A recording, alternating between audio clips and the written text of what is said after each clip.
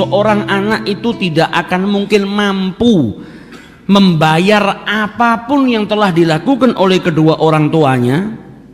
Jadi orang tua ini korban buat anak kan banyak. Seorang anak tuh nggak bisa ngelunasin pengorbanan kedua orang tuanya. Dikatakan oleh Rasulullah sampai anak tersebut mendapati orang tuanya menjadi seorang budak di tangan orang lain. Kemudian dia membeli orang tuanya yang menjadi budak tadi dan dimerdekakan di jalan Allah Subhanahu wa taala. Menunjukkan kalau anak itu susah membayar pengorbanan orang tuanya. Yang ada pada orang tua itu nggak bisa diganti. Yang telah dilakukan oleh kedua orang tua itu nggak bisa diganti. Pengorbanan yang besar. Mana ada orang lain di muka bumi ini yang mau memikul rasa sakit ibu kita ketika melahirkan kita. Mana ada orang lain di muka bumi ini yang mau menggantikan ibu kita, merawat kita mulai dari kecil sampai besar. Jadi pengorbanan kedua orang tua kita ini nggak bisa kita ganti. Maka kita dituntut untuk menunaikan hak ini. Bahkan birrul walidain atau berbakti kepada kedua orang tua ini diletakkan oleh Allah perintahnya setelah menyembah kepada Allah Subhanahu wa taala. Wa bil walidaini ihsana. Karena besarnya perjuangan, besarnya jasa orang tua kita kepada kita. Waqad qala sallallahu alaihi wasallam, dan Nabi sallallahu alaihi wasallam telah bersabda, birrul walidain afdalu minas salati was sadaqah was shaum wal hajj wal umrah wal jihadu fi sabilillah. Berbakti kepada kedua orang tua itu afdal, lebih mulia daripada salat, daripada sedekah, daripada puasa, daripada haji, daripada umrah, dan daripada jihad di jalan Allah Subhanahu wa taala. Pada kesempatan yang lalu kita telah bahas bab yang menjelaskan tentang baktinya seorang anak kepada kedua orang tua, sampai ada seorang anak yang ingin ikut perang dengan Rasulullah. Genderang perang ditabuhkan. Seorang muslim wajib dia ngikutin apa yang diperintahkan oleh Rasulullah. Datang sama Nabi minta izin sama Rasulullah. Ditanya sama Nabi Muhammad, "Kau masih punya orang tua?" "Masih ya Rasulullah." "Kembali ke rumahmu, rawat orang tuamu. Itu jihadmu di jalan Allah Subhanahu wa taala." Jadi orang tua ini sangat besar. Orang tua ini punya kedudukan yang besar. Nah, kita harus menunaikan hak kita sebagai seorang anak kepada kedua orang tua kita. Karena orang tua kita ini pegang kunci pintu surganya Allah Subhanahu wa taala. Dikatakan oleh Rasul sallallahu alaihi wasallam dalam hadisnya, "Man asbaha murdiyan li abawaih." Barang siapa yang di pagi hari dia mendapatkan keridhaan kedua orang tuanya, lahu baban maftuhan ilal jannah, maka ia memiliki dua pintu yang terbuka menuju ke surganya Allah Subhanahu wa taala. Wa man amsa fa mithla dzalik. Begitu juga di waktu sore hari, datang waktu sore dia mendapatkan keridhaan kedua orang tuanya, maka dia mendapatkan dua pintu surga yang terbuka untuknya. Kemudian dikatakan oleh Rasulullah, wa in kana wahidan fa wahid. Kalau dia mendapatkan keridhaan salah satu daripada orang tuanya, maka dia satu pintu surga yang terbuka baginya. Wa in dzalama wa in dzalama wa in dzalama. Diulangi sama Nabi sampai sebanyak 3 kali. Walaupun kedua orang tuanya itu menzaliminya, walaupun kedua orang tua itu menzaliminya, walaupun kedua orang tua itu menzaliminya. Engkau punya orang tua yang jahat mungkin pada dirimu, itu terus bukan berarti menjadikan dirimu itu enggak berbakti. Tetap wajib engkau berbakti. Ngikuti perintahnya, yang melanggar syariatnya Allah enggak boleh. Tapi itu pun tetap harus dengan etika, dengan akhlak sebagaimana diajarkan oleh Rasul sallallahu alaihi wasallam. Kalau engkau mendapatkan keridhaan kedua orang tuamu, datang waktu pagi orang tuamu dua-duanya ridha, maka ada dua pintu surga yang dibukakan oleh Allah Subhanahu wa taala. Engkau punya jalan menuju ke surganya Allah Subhanahu wa taala. Begitu juga datang waktu sore, orang tuamu ridha, dua pintu surga dibuka oleh Allah Subhanahu wa taala. Kalau satu yang ridha, ya satu pintu surga.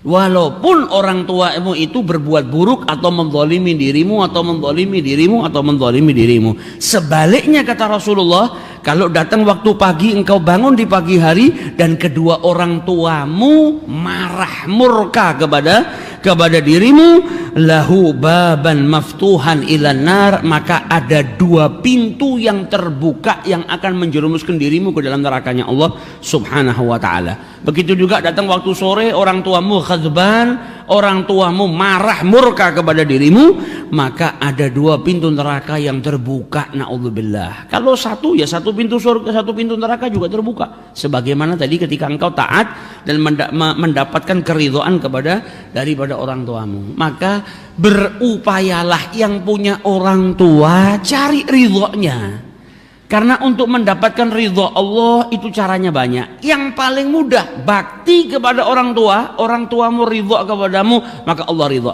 Ridho Allah fi ridhol walidain. Keridhaan Allah terletak kepada keridhaan kedua orang tua.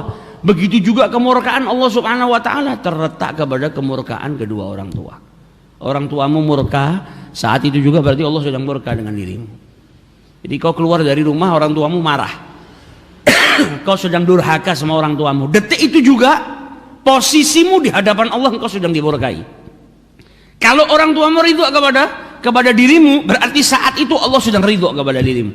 Bayangkan seorang anak yang bangun di pagi hari, sebagaimana sabdanya Rasulullah, man asbaha, barang siapa yang di waktu pagi mendapatkan keridhaan kedua orang tuanya, dalam keadaan dia sedang diridhoi oleh kedua orang tuanya, maka Allah sedang ridho kepada dirinya. Ada dua pintu surga yang sedang terbuka untuk dirinya. Dia wafat di saat itu.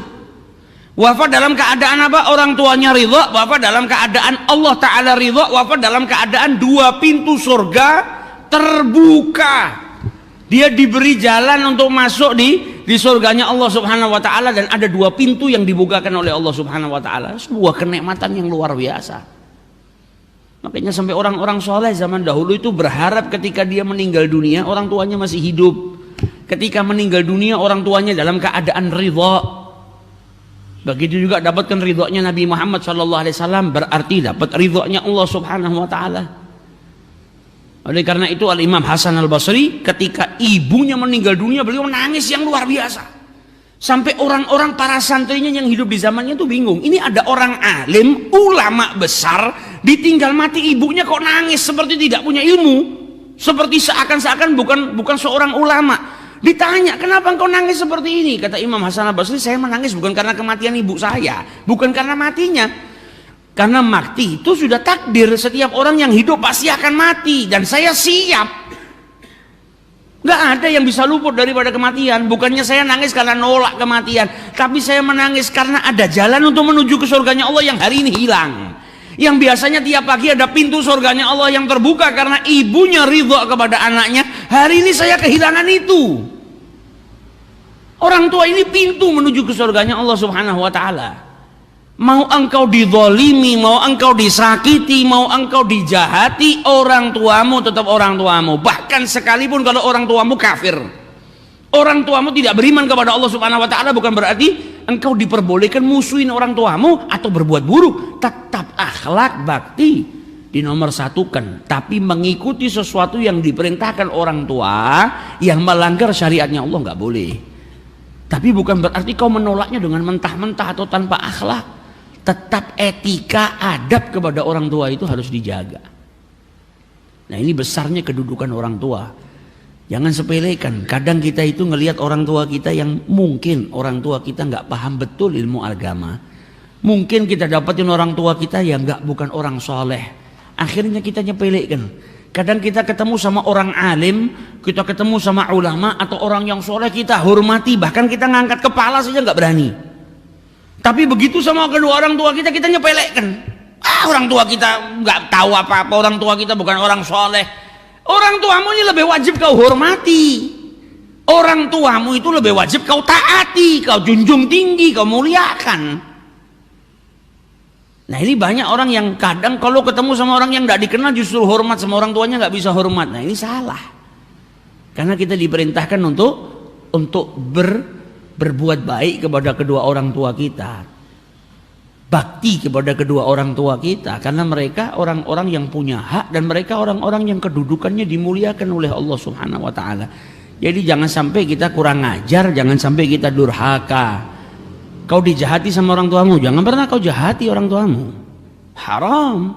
Engkau ngucap sejak Al-Quran. Allah subhanahu wa ta'ala berfirman melarang dirimu. Wala taqul, kita dilarang untuk berkata kepada mereka Lalu bahasa Indonesia Orang tuamu merintah nanti Ngucap seperti itu aja nggak boleh kok.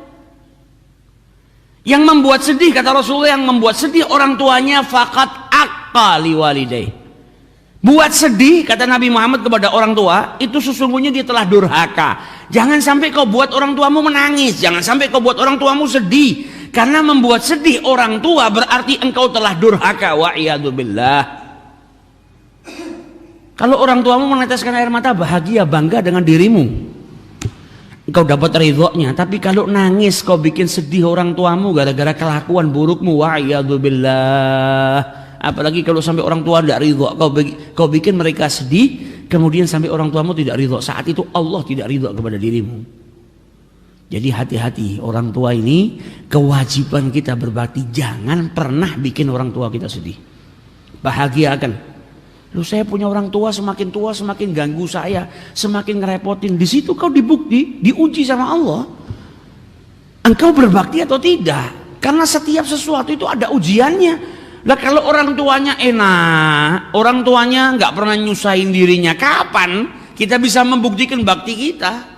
Cinta itu kan butuh pengorbanan. Terkadang orang tuamu minta sesuatu yang harus kau lakukan tapi kau nggak suka, atau kau malas, atau itu menjadi beban bagi dirimu. Di saat itu engkau dituntut untuk membuktikan engkau ini bakti atau tidak, engkau betul-betul cinta atau tidak. Karena cinta itu butuh pengorbanan. Kalau belum bisa berkorban, itu namanya bukan cinta. Orang tuamu waktu engkau masih kecil pun, banyak perbuatanmu yang kau lakukan orang tuamu tidak suka. Apa terus kau diusir? Siapa orang yang mau tidur di malam hari dalam keadaan capek bangun sampai 10 kali 15 kali? Makanya bagus orang yang sudah menikah, kemudian punya istri, dikaruniai anak oleh Allah subhanahu wa ta'ala, memperhatikan istrinya. Itu sangat-sangat bagus, sangat-sangat baik. Karena apa? Dengan memperhatikan istrinya mengasuh anaknya, maka di saat itu dia bisa tahu betapa besar pengorbanan ibunya. Zaman sekarang seorang suami kalau istrinya mau melahirkan kan nggak berani, tunggu di tempat persalinan. Saya nggak berani, lebih baik yang nunggu orang lain saja. Tunggu.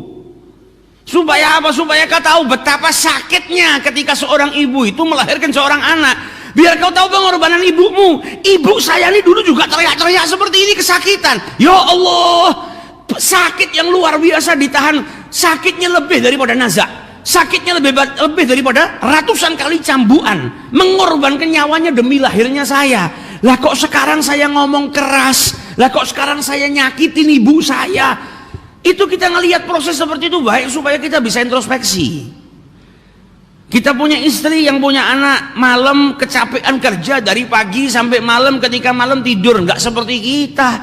Kalau kita jam 8, jam 9, jam 10 tidur ya sudah, bangun-bangun subuh, nggak ada yang ganggu kita.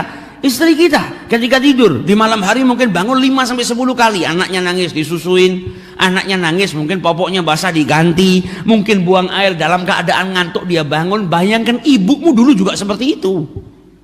Tiap malam nggak bisa tidur nyenyak. Engkau nangis dia bangun, engkau buang kotoran dia membersihkan dirimu, dan mungkin hari ini engkau tidak dapati seorang pun yang mau membersihkan kotoranmu. Ibumu rela ngotorin tangannya. Gitu kita rela ngucap kata-kata yang kotor, ngucap kata-kata yang nyakitin. Makanya diancam oleh Rasulullah, kau bikin sedih orang tuamu, kau telah berdurhaka kepada orang tuamu. Kenapa? Pengorbanan yang besar.